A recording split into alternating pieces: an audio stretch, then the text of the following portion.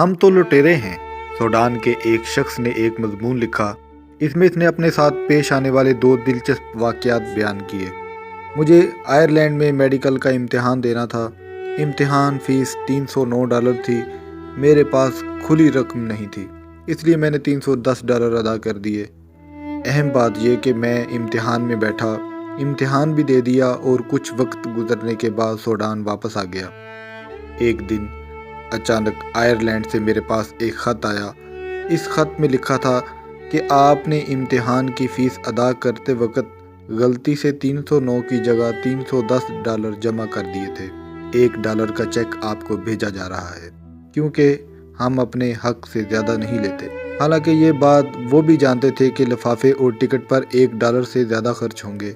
دوسرا واقعہ، کالج اور اپنی رہائش کے درمیان جس راستے سے میں گزرتا تھا، اس راستے میں ایک عورت کی دکان تھی جس سے میں 18 پینس میں کاکاؤ کا ایک ڈبہ خریدتا تھا۔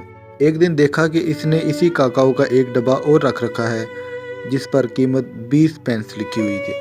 مجھے حیرت ہوئی اور اس سے پوچھا کہ دونوں ڈبوں کی نوعیت میں کچھ فرق ہے؟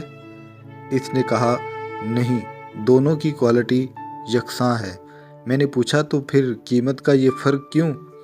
اس نے جواب دیا کہ نائجیریا، جہاں سے یہ کاکاؤ ہمارے ملک میں آتا ہے، اس کے ساتھ کچھ مسائل پیدا ہو گئے ہیں جس کی وجہ سے قیمت میں اچھال آ گیا ہے۔ زیادہ قیمت والا مال نیا ہے، اسے ہم 20 کا بیچ رہے ہیں، اور کم قیمت والا پہلے کا ہے، اسے ہم 18 کا بیچ رہے ہیں۔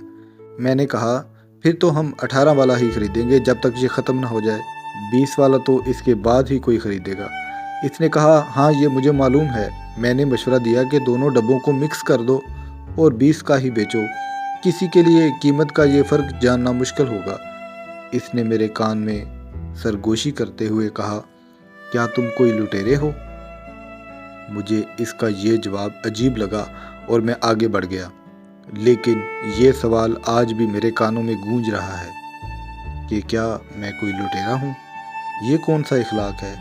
دراصل یہ ہمارا اخلاق ہونا چاہیے تھا، یہ ہمارے دین کا اخلاق ہے، یہ وہ اخلاق ہے جو ہمارے نبی اکرم صلی اللہ علیہ وآلہ وسلم نے ہمیں سکھایا تھا۔ لیکن اپنی ایمانداری سے بتائیں، کیا ہم لٹیرے ہیں؟